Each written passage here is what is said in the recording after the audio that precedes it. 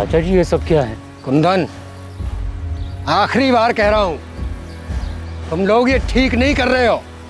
चाचा जी बुरा मत मानिएगा, लेकिन हम जो कर रहे हैं उसके बीच बोलने का आपको कोई हक नहीं है। कुंदन, जबान संभाल के। बाबूजी तुमसे सिर्फ बात करना चाहते हैं बस। बात करने और धमकी देने में फर्क होता है मोहन। ऐसे गुंडों की तरह रास्ता रोककर बात नहीं होती है। गुंडे दिखाई देते हैं तुमको? हा? देख ले हमारे गुंडे अब। मोहन मोहन मोहन छोड़ो उसे। अरे हम कह रहे हैं छोड़ो। भाग। तुमसे बड़े हैं, हमारा नहीं तो हमारे रिश्तों का लिहाज करो। तुम समझदार हो, जाके समझाओ अपने भाइयों। ये तो बेकार में खून बहेगा।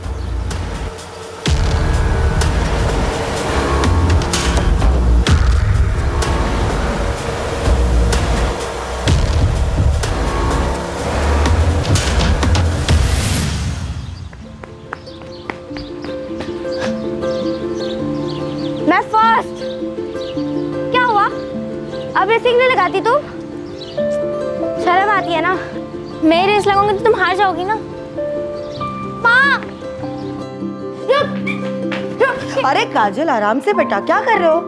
ताई जी देखो ना, पायल दीदी ने मुझे मारा। तुम लोग का ना रोज चलता है। पायल, क्यों मारा काजल को? मारा कहाँ? टपकी नहीं माँ।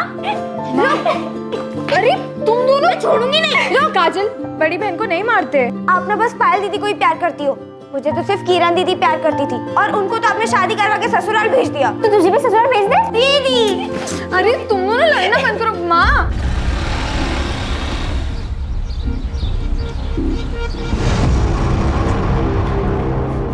माँ, एक अच्छी खबर है। सुनीता, ज्ञान भैया और सुमित कहाँ है? भैया, क्या हुआ? भैया सुमित, अरे बात क्या है? भैया सुमित, मुझे चाचा जी और मोहन के इरादे ठीक नहीं लग रहे। बीच रास्ते रोककर धमकी दी है खून बहाने की। हमें यहाँ से जाना होगा।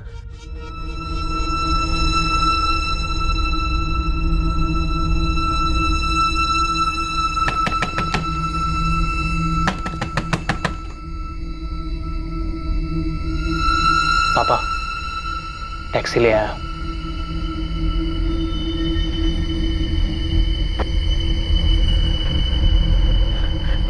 सुनिए ना, सुमन, काजल और पायल को इस तरह अकेले कैसे छोड़ सकते हैं? उन्हें भी ले चलते हैं ना।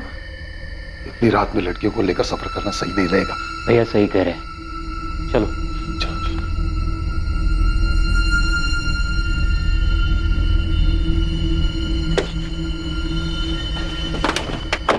चलो जल्दी चलो, जल्दी बैठो। बेटा अपना ध्यान रखना, और काजल और पायल का भी। किसी भी अनजान आदमी के लिए दरवाजा मत खोलना। हम जल्दी तुम लोगों को भी वहां बुला लेंगे।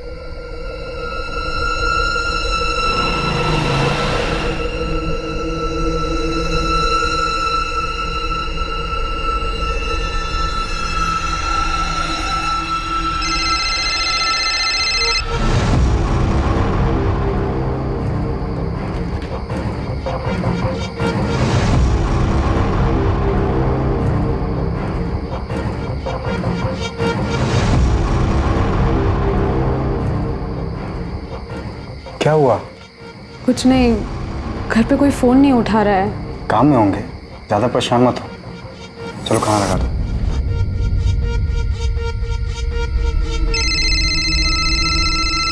किरण दीदी, हेलो दी, कहाँ है आप? आप शादी करके क्यों चले गए? आपको पता है, आपके अलावा मुझे कोई प्यार ही नहीं करता। काजल, दुखी मत हो, मैं हूं ना। मैं अभी भी तुझसे सबसे ज्यादा प्यार करती हूँ। अच्छा सुन, सुमन को फोन दे, मुझे उससे जरूरी बात करनी है। अरे दीदी इसे छोड़ो, ये तो हमेशा रोती रहती है। ये बताओ जीजू कैसे है? पायल, ये सब बात हम बाद में आराम से करेंगे, ठीक है? सुमन को फोन देना, मुझे उससे बात करनी है। काजल, सुमन दीदी, किरण दीदी का फोन है। अरे तुम लोग बाहर क्यों आए? मैंने मना किया था ना। ये लो पकड़ो, जाओ अंदर।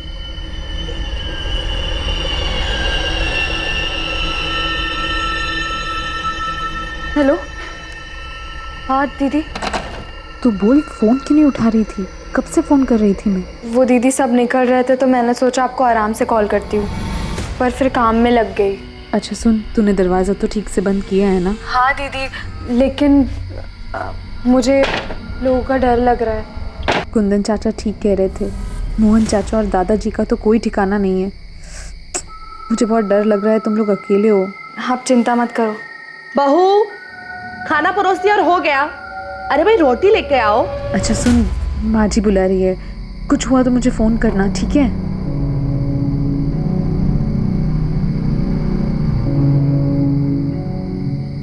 दीदी भूख लगी है। हाय।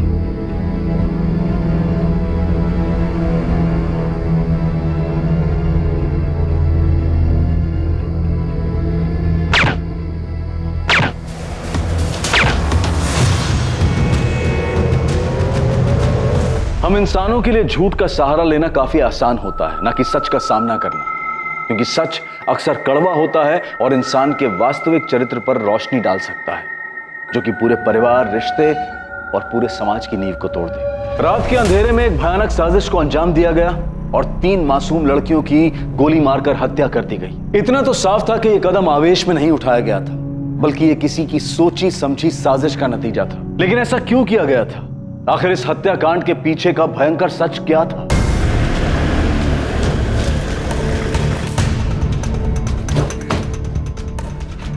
सब मैंने ही आपको फोन किया था। कहाँ है? इधर, इस घर में। सब दरवाजा अंदर से बंद है, उधर खिड़की की तरफ।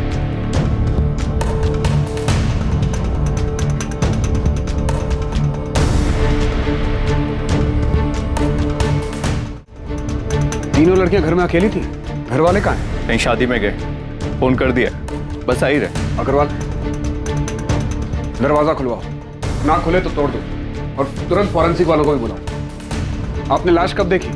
साहब हमने नहीं देखी, वो तो हमारे दूध वाले शाम ने कई बार आवाजें दी, लेकिन अंदर से किसी ने जवाब नहीं दिया। तब उसने खिड़की से सब कुछ देखा और शोर मचाना शुरू किया, तब हमें पता चला। घर में कौन कौन रहता है? यहाँ 3 भाई रहते, बड़ा भाई ज्ञान चौहान, उसकी एक बेटी है किरण जिसकी शादी हो चुकी है, दूसरा भाई कुंदन, उसकी पत्नी है सुनीता, एक बेटा है प्रकाश और एक बेटी है सुमन। यांजी का सबसे छोटा भाई सुमित और पत्नी गंगा, जिसकी 2 बेटियां रहती, काजल और पायल। साहब इनके साथ बहुत बुरा, इन बच्चों को कोई कैसे मार सकता है? सर,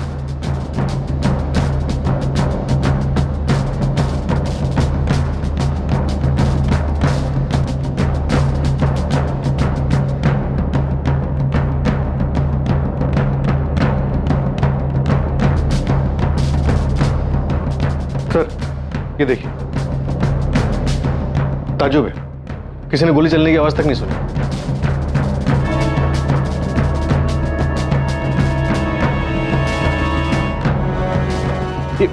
ये तो जिंदा है। एम्बुलेंस कहाँ है? कॉल कर दिया सर, रास्ते में आती होगी। ये सब तुम्हारी बेवकूफी की वजह से हुआ। कहा था जोश में होश मत खोना। अरे तो क्या करता बाबूजी, हाथ में हाथ रख के बैठा रहता?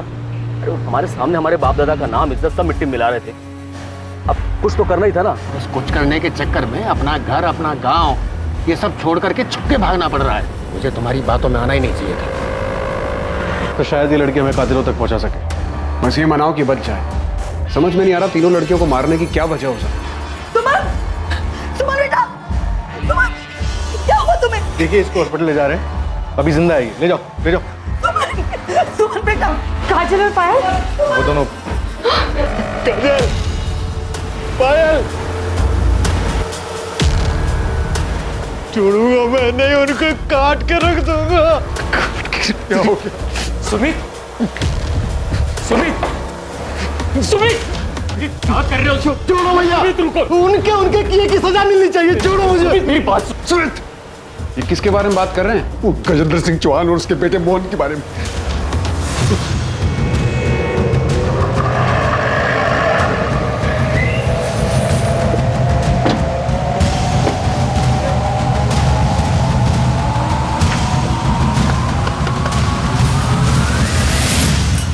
क्या हुआ साहब?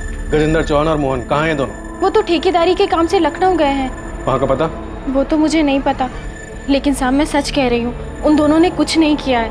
अगर ये सच है तो ठीक है, वरना मर्डर की प्लानिंग करने में और अपराधी को बचाने के आरोप में तुम भी जेल जाओ।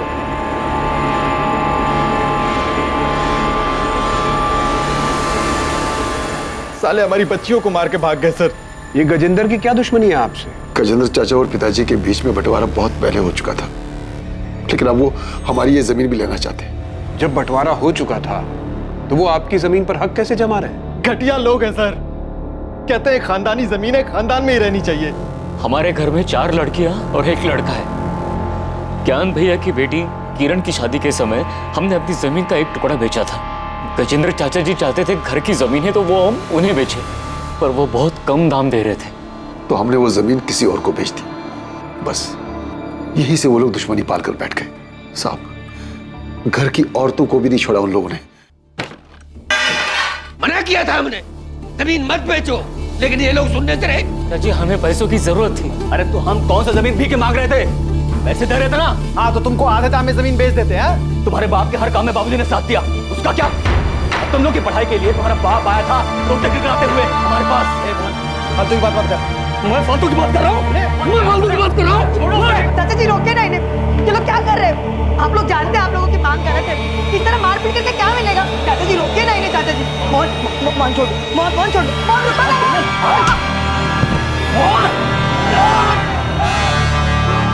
आपने पुलिस कंप्लेंट क्यों नहीं की थी? साहब, अग्रवाल सबको पता है। गजेंद्र चौहान और उसके बेटे नहीं किया ये सब? हाँ साहब, गुंडे लेके घुस गए और घर की औरतों के साथ भी धक्का मुक्की की। हमें बहुत डर लग रहा है, कमीने लोग हैं, वो किसी भी हद तक गिर सकते हैं। साहब हम सच करें, हमने कुछ नहीं किया है। बहुत चर्बी चढ़ी ना तुम दोनों को। लोगों के घर में घुसते हो, मारपीट करते हो, औरतों के साथ धक्का मुक्की करते हो, और तुम लोगों को लगा तुम्हें कोई कुछ नहीं बोलेगा। हाँ छोड़ो यहीं पर। ये सब किरण की शादी के तुरंत बाद हुआ था, करीब 1 महीने पहले। उसके कुछ दिनों के बाद दोनों बेल पे बाहर आ गए। उसके बाद उन्होंने कुछ किया? नहीं साहब, वो लोग काफी दिन तक चुप थे। हमें लगा मामला संभल गया है, लेकिन फिर परसों हमने अपनी जमीन का 1 और टुकड़ा बेचा था। उन लोगों को भनक लग गई तो कल मुझे रास्ते में उन्होंने धमकी दी थी। तुम समझदार हो, जाके समझाओ अपने भाइयों, नहीं तो बेकार में खून बहेगा। फिर ऐसी हालत में आप शादी में कैसे चले गए? शादी में नहीं गए थे साहब, वो तो हमने पड़ोसियों को ऐसे ही बताया था। हम यहाँ पास के गांव बालीपुर में जाकर छुपे हुए थे। वहाँ सुमित की पत्नी गंगा के रिश्तेदार रहते हैं, तो हम सब लोग मेरे बेटे प्रकाश को साथ लेकर वहाँ चले गए थे। बच्चियों को अकेला क्यों छोड़ा? बालीपुर में हमारा कोई जमा हुआ ठिकाना नहीं था। हमने सोचा कि लड़कियां घर में ही सुरक्षित रहेंगी, लेकिन हमें क्या पता था साहब कि आफत तो उनका यहाँ इंतजार कर। हम सपने में भी नहीं सोच सकते थे कि वो हमारी बेटियों के साथ ऐसा करेंगे। उनकी दुश्मनी तो हमसे थी, फिर हमारी बच्चियों के साथ। कुंदन, तुम्हारा बेटा प्रकाश वो कहाँ है? साहब, जब से उसने अपनी बहनों के बारे में सुना, उसकी तो जैसे हिम्मत ही टूट गई। बहुत गहरा सदमा पहुंचा है उसे।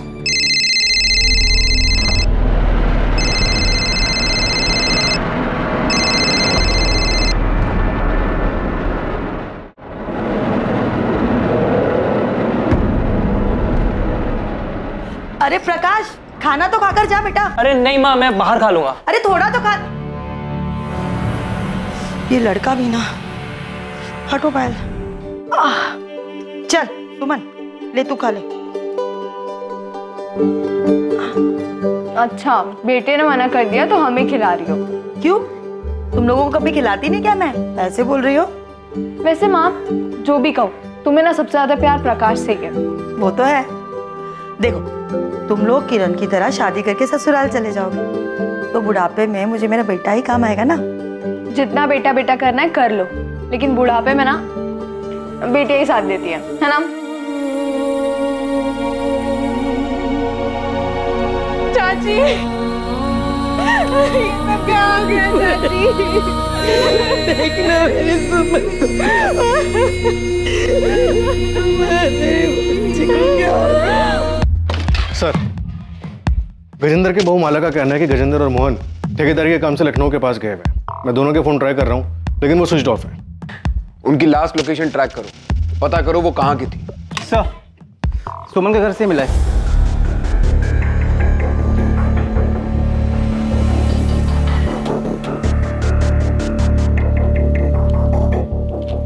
स्टेट सिविल सर्विसेज का लेटर है। सुमन का सिलेक्शन हो गया। इंटरव्यू की डेट भेजिए। बहुत मेहनत की होगी उसने अपनी जिंदगी में आगे बढ़ने के लिए। ये लोग सो रहे थे जब खिड़की से किसी ने गोली मारी, लेकिन इनकी डेड बॉडीज बेड पर ऐसे पड़ी थी मानो गोली लगने के बाद हिली तक नहीं। सर, वैसे इस परिवार के बारे में एक और बात पता चली है। गजेंद्र चौहान और उनके झगड़े के बारे में तो पूरे गांव को पता है साहब। कोई और भी जिसकी उनके साथ कोई दुश्मनी थी? दुश्मनी का तो पता नहीं साहब, पर एक बात हुई थी। उनकी बड़ी बेटी है ना किरण, उसकी सास उमा और चाचा ससुर केशव, वो दोनों बहुत नाराज थे उन लोगों से। किस बात पर वो तो नहीं पता, पर गांव वालों को मैंने बात करते हुए सुना था।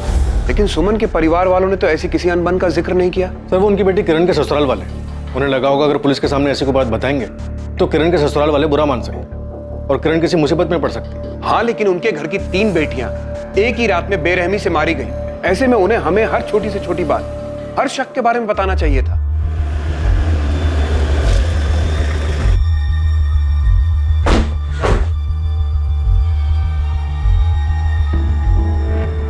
कहाँ है प्रकाश? ना फोन उठा रहा है ना मैसेज का जवाब दे रहा है।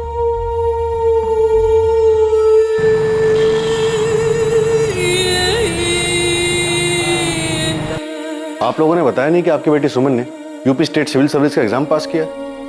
कैसी बातें कर रहे साहब, हमें तो इस बारे में कुछ भी नहीं पता है। कुंदन, सुनीता, किरण, क्या तुम लोगों को कुछ पता है? नहीं भैया, हमें तो कुछ नहीं पता है। आपकी बेटी स्टेट लेवल का एग्जाम पास करती है, उसे इंटरव्यू के लिए लेटर आता है और वो आप लोगों से कुछ नहीं बताती। क्या घर में उसकी पढ़ाई या फिर उसके काम करने को लेकर कोई मनाही थी? हम तो सुमन को हमेशा प्रोत्साहित करते थे और हमने अपने घर की बेटियों को कभी पढ़ने से नहीं रोका है। माँ, एक अच्छी खबर है। सुमन ने मुझे बताया था, उसने कहा था अगर वो एग्जाम पास हो जाएगी तो घर में सबको बता देगी। और जिस दिन हम घर से भाग रहे थे, शायद उसी दिन सुमन इस चिट्ठी के बारे में मुझे कुछ बताने आई थी। लेकिन फिर सुमन के पापा आ गए और इस बीच में सुमन का ये सब सही रह गया। ये लोग साहब, ये ज्ञान भैया की बेटी किरण है, उनके पति पंकज और ये पंकज की माँ उमा जी। हमने सुना है कि किरण के ससुराल में और आप लोगों के बीच कुछ अनबन थी। नहीं, ऐसा कुछ भी नहीं था। ऐसा कुछ नहीं हुआ था साहब। झूठ मत बोलिए, पूरे गांव में ये बात फैली हुई है कि आप दोनों परिवारों में कुछ तो हुआ था। शादी में छोटी मोटी कहासुनी हो गई होगी, जैसे गांव वाले बढ़ा चढ़ाकर बोल रहे हैं। ऐसा कुछ भी नहीं हुआ था, हमारे यहाँ बिल्कुल सब कुछ ठीक था। तुझे पता है ये किसने किया था? नहीं, मुझे तो नहीं पता। तू कल रात को उसके घर जाने वाला था? देख, ऐसा कुछ नहीं हुआ, ना ही मैं वहां गया था और ना ही जाने वाला था। साले कमीने, मैं तुझे छोड़ूंगा नहीं। तेरी हिम्मत कैसे? तुझे जो चाहिए था वो तुझे नहीं मिला तो तूने उन्हें मार दिया। अब तो तूने, मैं नहीं छोड़ूंगा। प्रकाश, ये क्या कर रहा है? मैं नहीं क्यों मार रहा है उनको? छोड़ दे। हटो यहाँ से। प्रकाश, छोड़। Hello, police station. पड़ोसी तो बेकार की बातें बनाते ही रहते हैं साहब।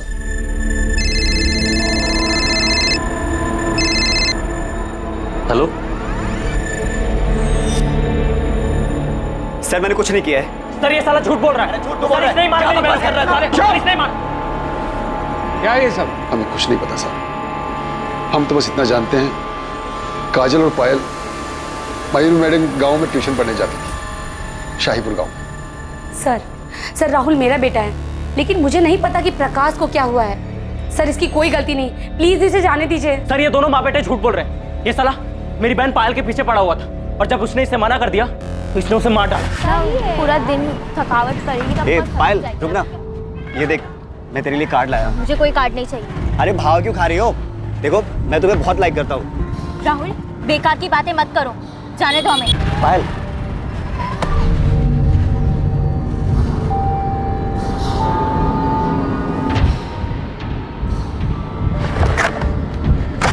प्रकाश, ये पहली और आखिरी बार था, इसलिए तुझे छोड़ रहा हूँ। आज के बाद अगर पायल के आसपास भी दिखाई दिया ना, जान से मार दूंगा तुझे। सर ये झूठ बोल रहा है, मैंने कुछ नहीं किया है। साले झूठे। अरे छोड़ बोल रहा तो। अरे देखा तुम ऐसे नहीं सुधरोगे। लेके जाओ लॉकअप में। अरे जा।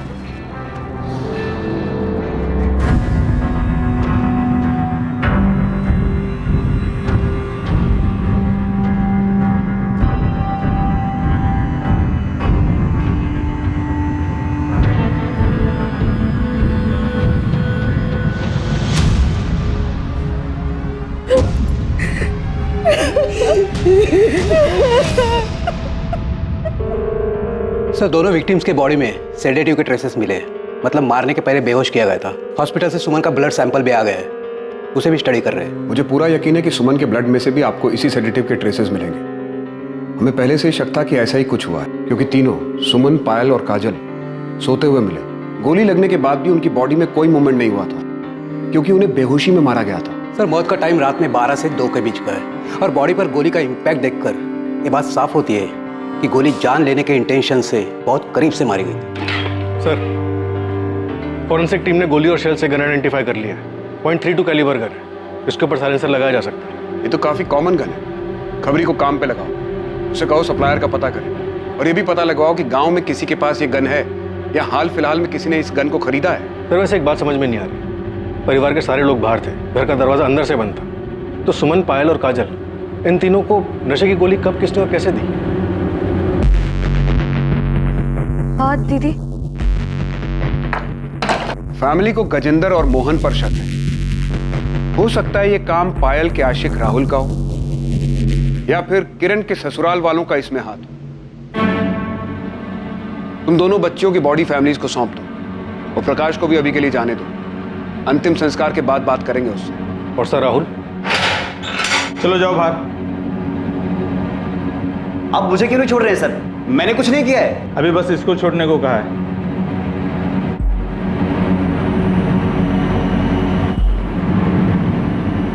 सुमन, कहीं जाने की जरूरत नहीं।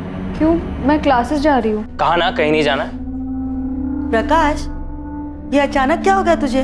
बस माँ, बहुत पढ़ लिया इन लोगों ने, अब घर की बेटियां घर में ही रहेंगी। क्या बोल रहा है तू? क्या हो गया?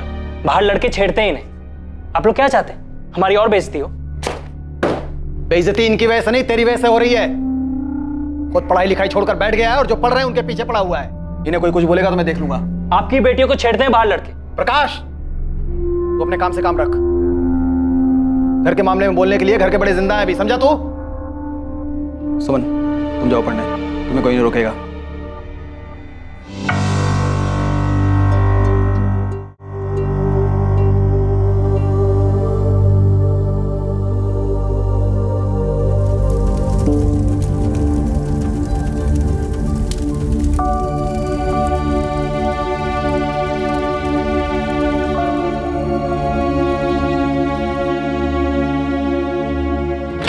सर, गजेंद्र और मोहन की कॉल लोकेशन डिटेल्स आ गई।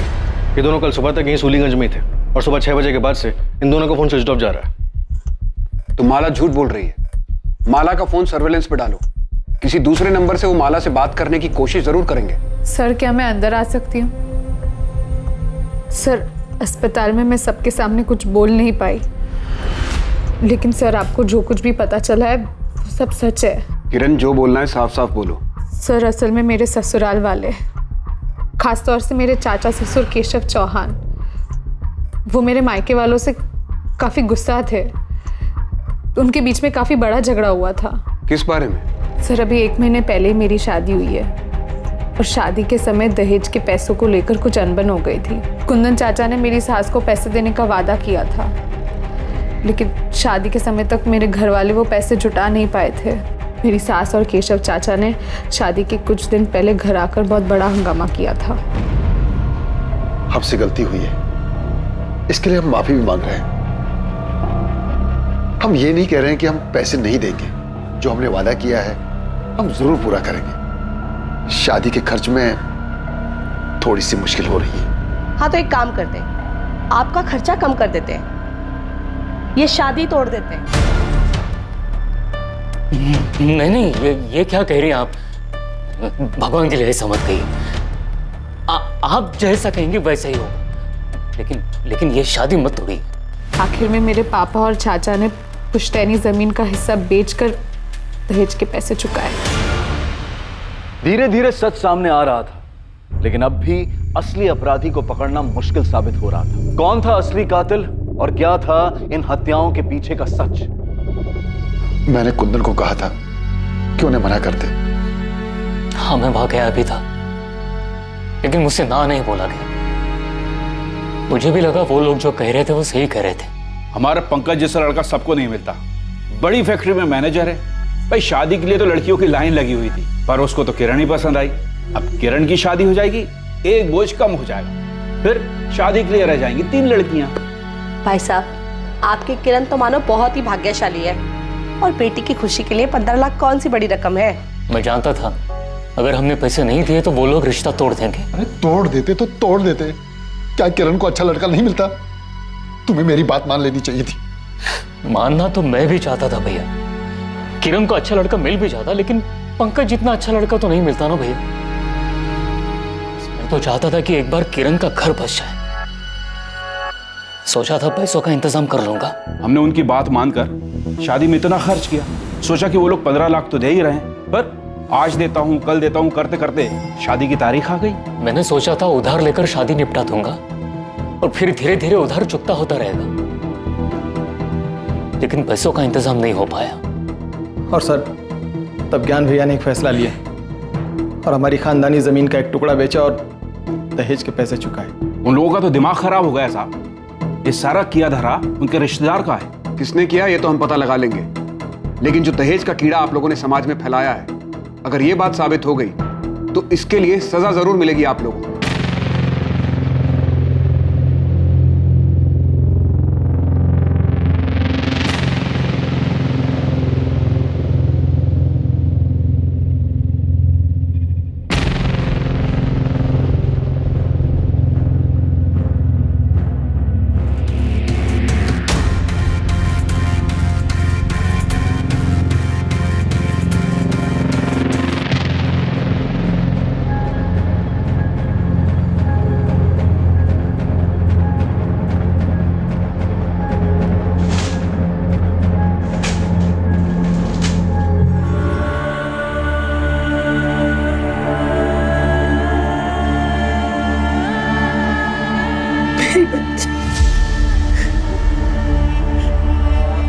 ऐसे कैसे उन लोगों ने दुश्मनी निकाली? सुमन ठीक हो जाएगी, भगवान पर भरोसा रखो।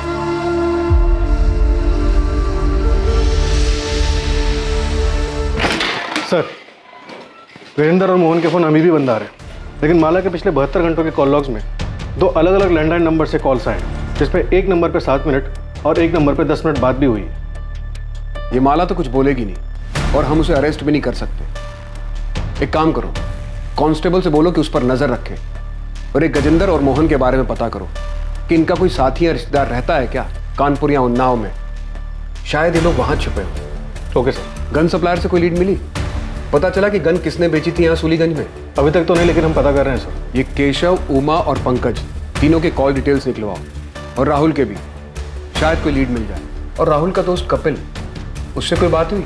उसे बुलाया सर, आता ही होगा। कपिल, सच सच बोलो, क्या राहुल का कोई हाथ है इस सब में? राहुल ऐसा नहीं कर सकता सर। राहुल पायल का पीछा करता था ना, और कई बार तुम भी होते थे राहुल के साथ। कहीं खून की प्लानिंग में राहुल के साथ तुम भी तो शामिल नहीं थे? मैंने ऐसा कुछ नहीं किया सर। सर, एक बात सच है कि राहुल पायल को बहुत पसंद करता था, और वो उसके पीछे पड़ा हुआ था कि वो उसकी बात मानकर उसकी गर्लफ्रेंड बन जाए। देखो, तुम यहाँ से चले जाओ। किसी ने देख लिया तो मेरा घर से निकलना भी बंद हो जाएगा। मैं चला जाऊंगा, लेकिन तू भी मुझे बोल दे कि तू भी मुझे प्यार करती है। प्लीज जाओ यहाँ से, किसी ने देख लिया तो हंगामा हो जाएगा। पायल, देखो, तुम यहाँ से चले जाओ। अब इसके आइंदा आसपास भी दिखा ना तो पुलिस में कंप्लेन कर दूंगी। राहुल को बहुत गुस्सा आया था और अपनी बेइज्जती का बदला लेने के लिए उसने बहुत ही खतरनाक प्लान बनाया था।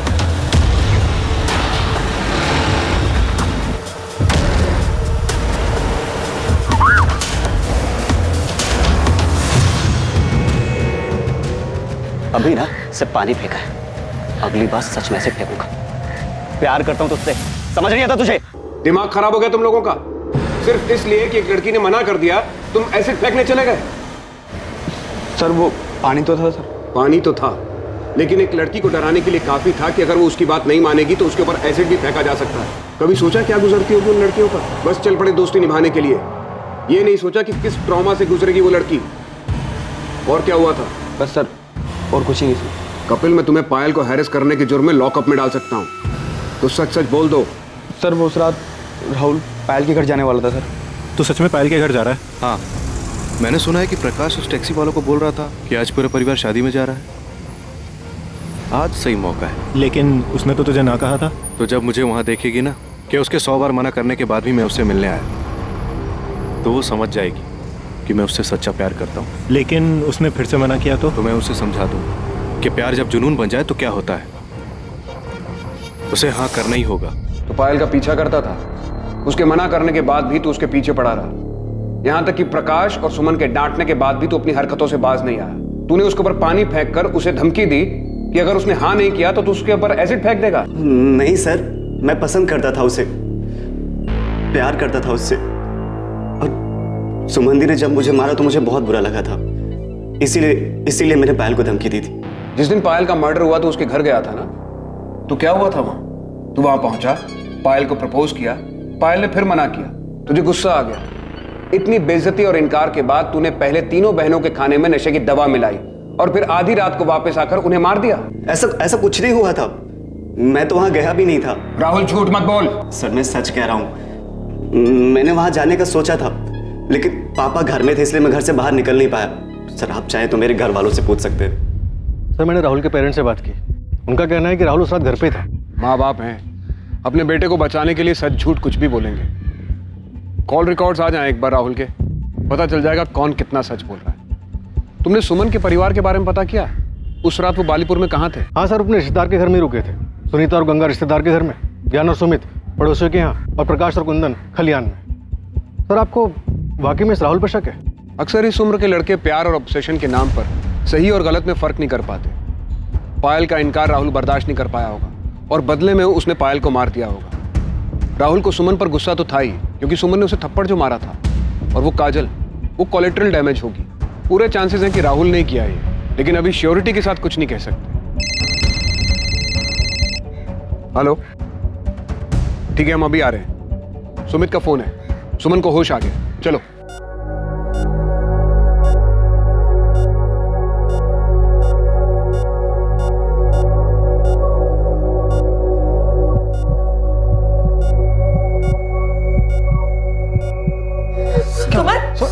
डॉक्टर, डॉक्टर क्या हुआ?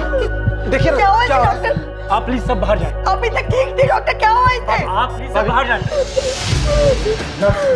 Sister injection.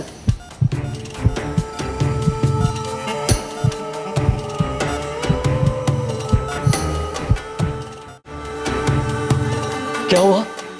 तुमने तो फोन किया था कि सुमन को होश आ गया, फिर ये सब? हाँ भैया होश आ गया था, फिर पता नहीं क्या हुआ, डॉक्टर ने हम लोग को बाहर निकाल दिया। और सर पता नहीं सुमन को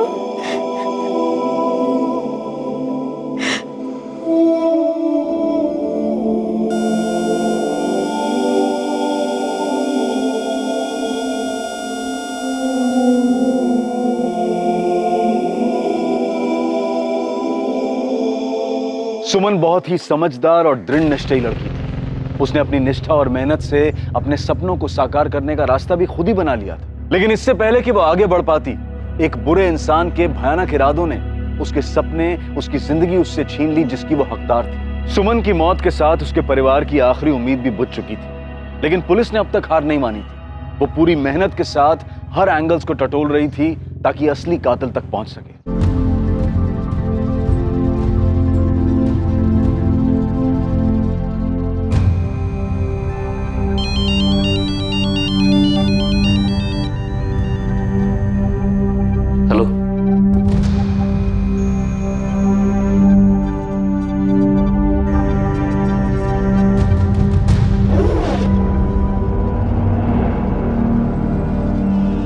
कुंदन, कुंदन।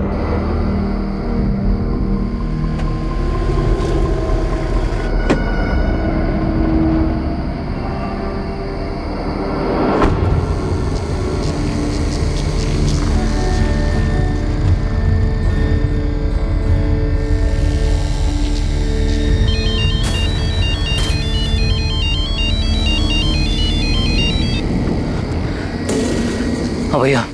कहाँ हो कुंदन? भैया निसोली। वहां क्या कर रहे हो? बदला लेने आए हो भैया। छोड़ूंगा ना मैं मेरे को। किससे? किसकी बात कर रहे हो? कुंदन, कुंदन, कुंदन। Hello, hello. क्या हुआ? सर पूरे परिवार के फोन लोकेशन डिटेल्स और कॉल रिकॉर्ड्स आ चुके हैं। देखो शायद उसमें कोई लीड मिल जाए। क्या हुआ, आप लोग इतने घबराए हुए क्यों हैं? मैं कुंदन से फोन पे बात कर रहा था, एक चीख सुनाई दी। लगता है किसी ने उस पर हमला किया। उसने फोन भी नहीं उठाया। उसने कुछ बताया? कहाँ है वो? साहब उसने बताया कि निसोली गांव में है। कुछ बदले की बात कर रहा था। निसोली में कौन है? निसोली में हमारे दादाजी का घर है जो बहुत दिनों से बंद पड़ा है। आपके दादाजी मतलब गजेंद्र के पिताजी का? जी सर। कब तक ऐसे अलग अलग जगह छुपते फिरेंगे? बस कुछ और दिन बाबूजी। अब तो सुमन भी नहीं रही।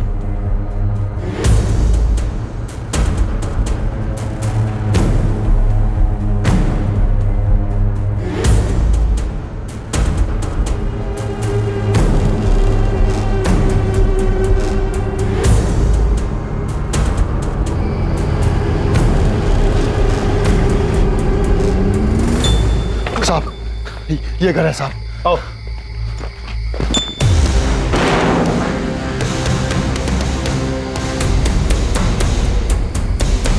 कुंदन का है? कहाँ है कुंदन? हमें नहीं पता, हमें नहीं पता कहाँ है।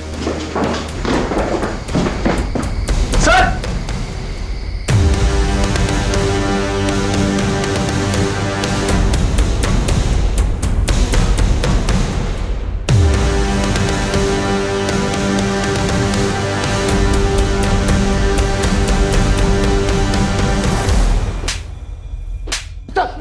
साहब, अरे हमने कुछ नहीं किया साहब, कुछ नहीं किया। कुछ नहीं किया तो छुपे हुए क्यों थे?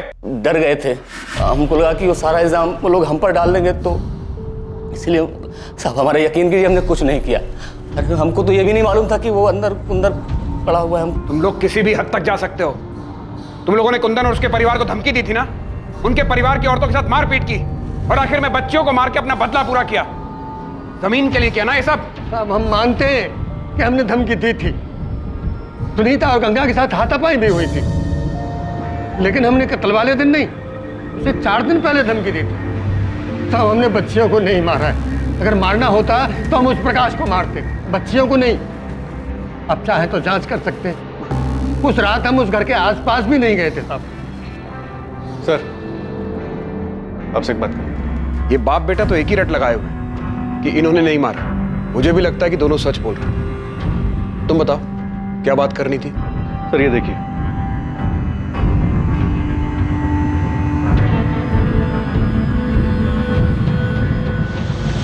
बहुत घुमा लिया। तुम बालीपुर में नहीं थे। रात होने के बाद तुम वहां से निकल गए। सूलीगंज आकर तुमने सुमन, पायल, काजल को मारा और फिर वापस बालीपुर लौट गए। क्यों प्रकाश?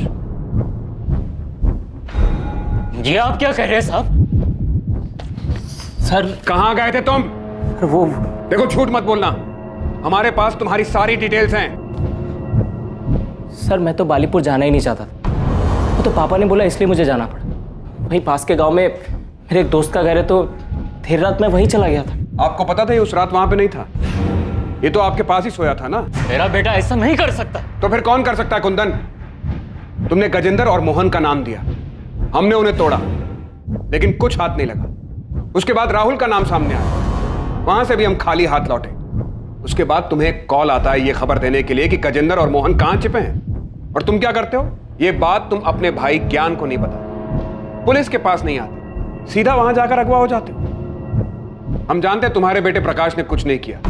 वो उस रात सूलीगंज नहीं आया था, वो वहीं बालीपुर के पास के एक गांव में गया था। लेकिन उस रात तुम यहां आए थे। ये रही तुम्हारी फोन की लोकेशन डिटेल्स।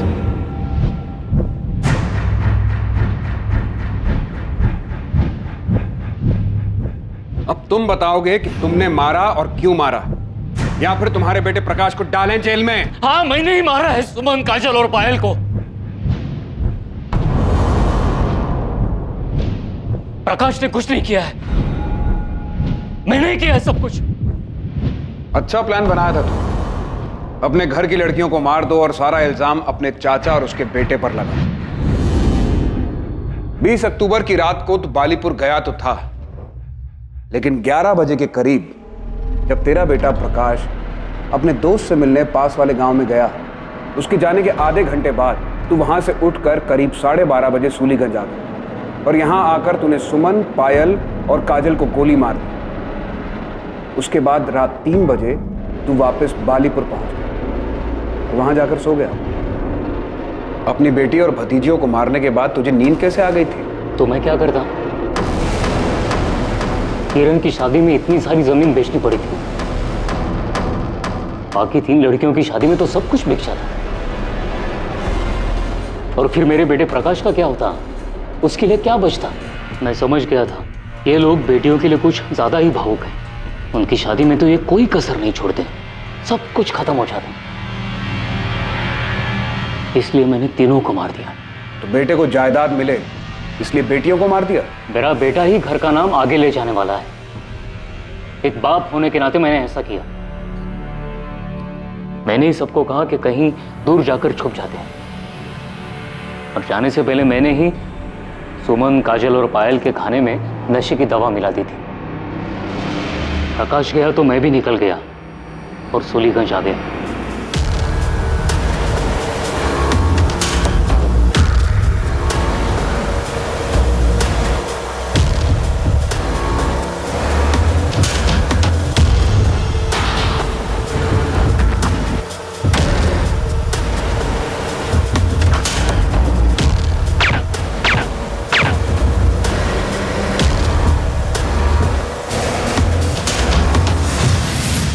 गन कहां से मिली तुम्हें?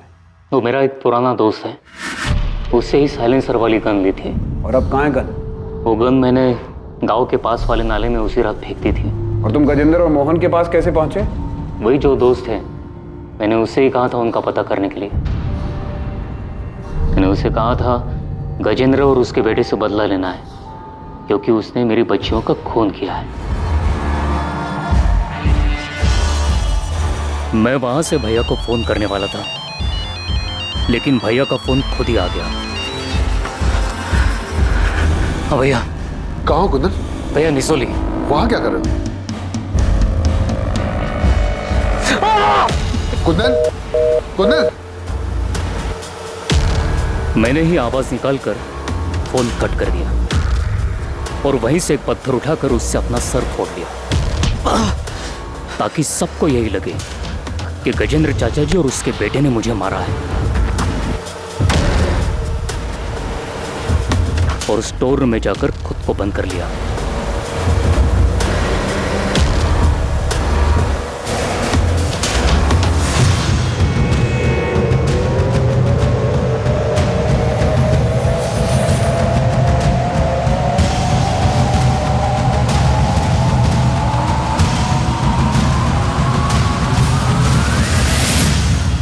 सुमन को इतनी बड़ी जॉब मिली थी, वो सिर्फ तुम्हारा ही नहीं, तुम्हारे पूरे परिवार का नसीब बदलने वाली थी, और बदले में उसके अपने पिता ने उसकी जान ले ली। बहुत अच्छा इनाम दिया उसे।